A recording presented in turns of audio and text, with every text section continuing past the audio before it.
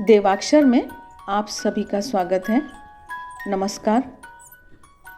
आइए आज हम सुनेंगे प्रव्राजी का पुण्यव्रत प्राणा माता जी से श्री रामकृष्ण वचनामृत।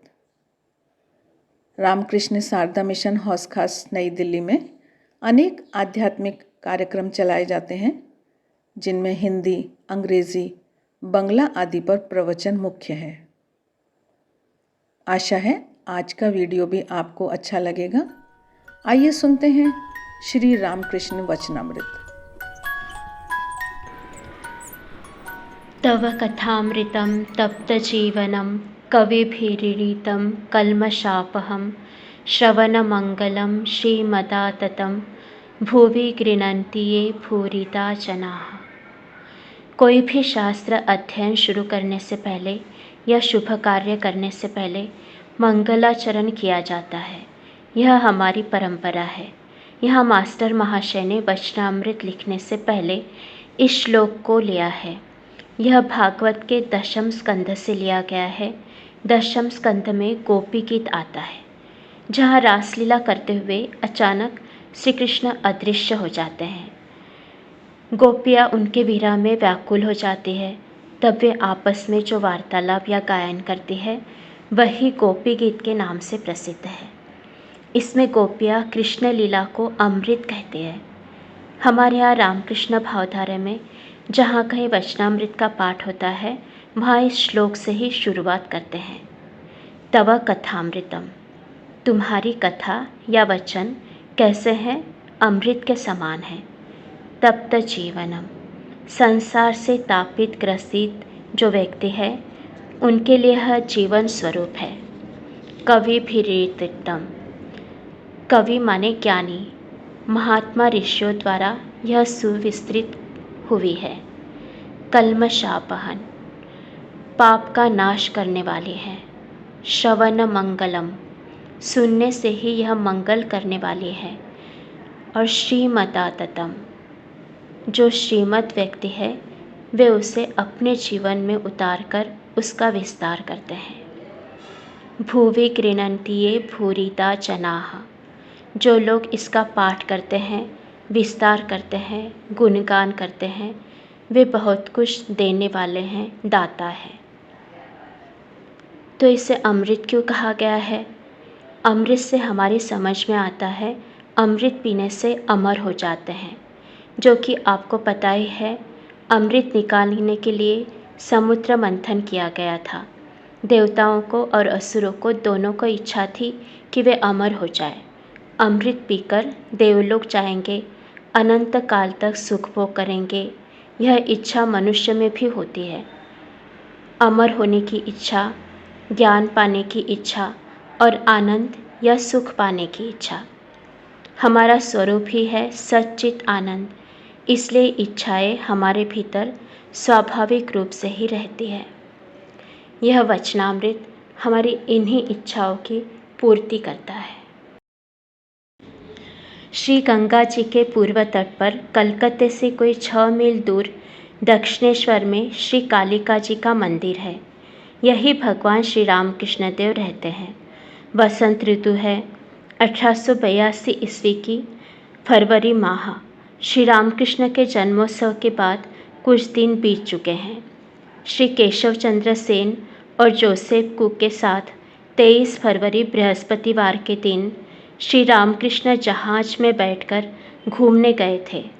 इसके कुछ ही दिन बाद 26 फरवरी की घटना है। संध्या का समय था। मास्टर ने श्री रामकृष्ण के कमरे में प्रवेश किया। इसी समय उन्होंने श्री रामकृष्ण देव के प्रथम बार दर्शन किए। उन्होंने देखा कमरा लोगों से भरा हुआ है। सब लोग चुपचाप बैठे उनके वचनामृत का पान कर रहे हैं। श्री रामकृष्ण तख्त पर पूर्व की ओर मुँह किए बैठे हुए प्रसन्न वदन हो ईश्वरीय चर्चा कर रहे हैं। भक्तगण फर्श पर बैठे हुए हैं। मास्टर खड़े खड़े आश्चर्यमुग्ध होकर देखने लगे।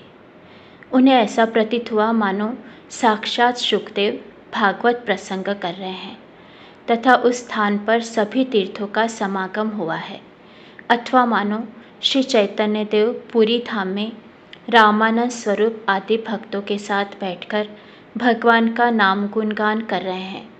श्री रामकृष्ण कह रहे थे, जब एक बार हरि नाम या राम नाम लेते ही रोमांच होता है, आंसुओं की धारा बहने लगती है, तब निश्चित समझो कि संध्यादि कर्मों की आवश्यकता नहीं रह जाती।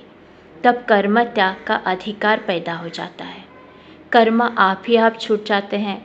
उस अवस्था में केवल राम नाम, हरि नाम या केवल ओंकार का जप करना ही पर्याप्त है।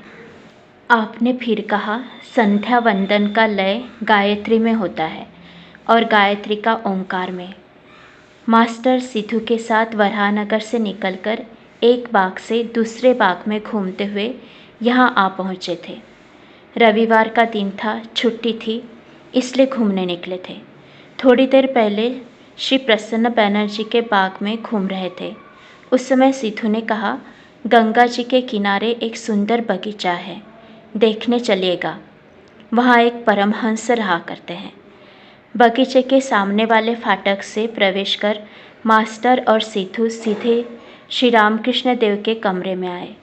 मास्टर विस्मित होकर देखते हुए सोचने लगे, वाह, कैसा सुंदर स्थान है, कितने अच्छे महात्मा है, कैसी सुंदर वाणी है, यहाँ से हिलने तक की इच्छा नहीं होती। थोड़ी देर बाद उन्होंने मन में विचार किया, एक बार देखाऊं कहाँ आया हूँ, फिर यहाँ आकर बैठूंगा। मास्टर सिद्धू के साथ कमरे के बाहर निकले। ठीक उसी समय आरती की मधुर ध्वनि आरंभ हुई। एक साथ घंटे, घड़ियाल, झांझ, मृदंग आदि बज उठे। उद्यान की दक्षिण सीमा से नौबत की मधुर ध्वनि गूंज उठी।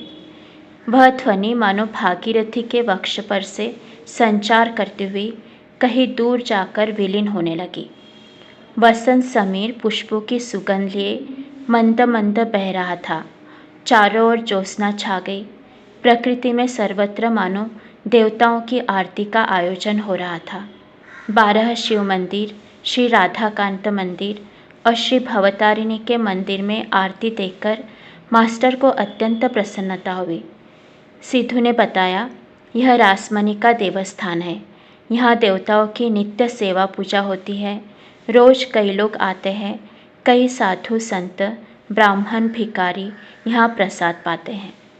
भवतारिणी के मंदिर से निकलकर दोनों बातचीत करते करते पक्के विस्तीर्ण आंगन पर से चलते हुए पुनः श्री रामकृष्ण के कमरे के सामने आ पहुँचे।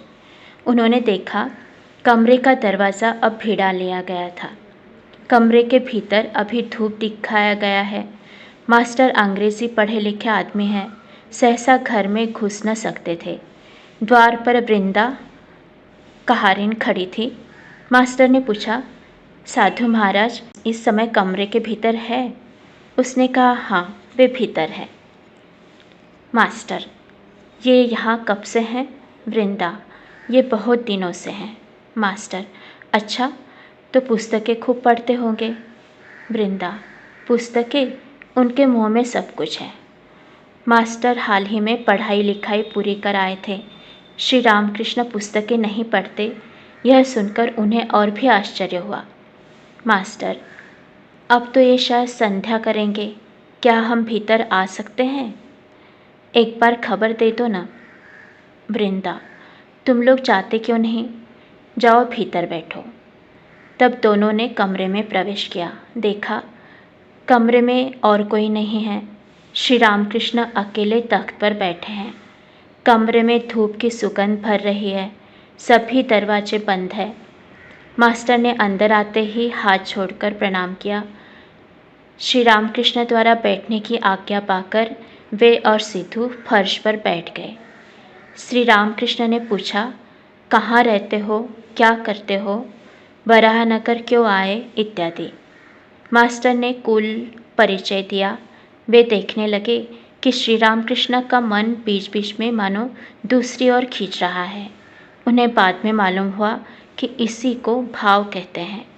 मानो कोई बंसी डालकर मछली पकड़ने बैठा है। जब मछली कांटे में लगे चारे को खाने लगती है और बंसी का शोला हिलने लगता है, उस समय वह आदमी किस प्रकार व्यस्त होकर बंसी को पकड़े हुए एकाग्र चित्त से शोले की ओर टक लगाकर देखने लगता है। किसी से बातचीत नहीं करता, यह भी ठीक उसी प्रकार का भाव था। बाद में मास्टर महाशय ने सुना और देखा कि संध्या के पास श्री रामकृष्ण को इस प्रकार का भावांतर प्राय प्रतिदिन हुआ करता है। कभी कभी तो वे पूरी तरह बाह्य ज्ञान शून्य हो जाते हैं।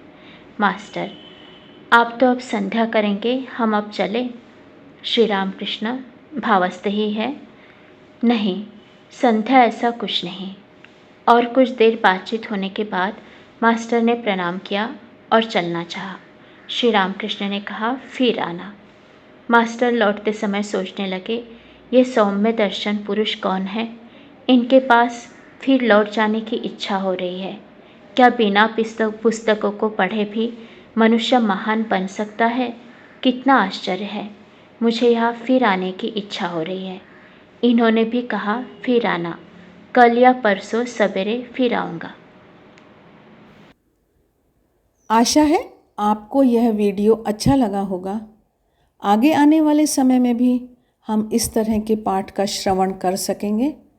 चैनल को सब्सक्राइब करें, मित्रों के साथ शेयर करें। मिलते हैं फिर किसी और वीडियो में। तब तक देखते रहिए देवाक्षर। आप सभी का बहुत बहुत धन्यवाद।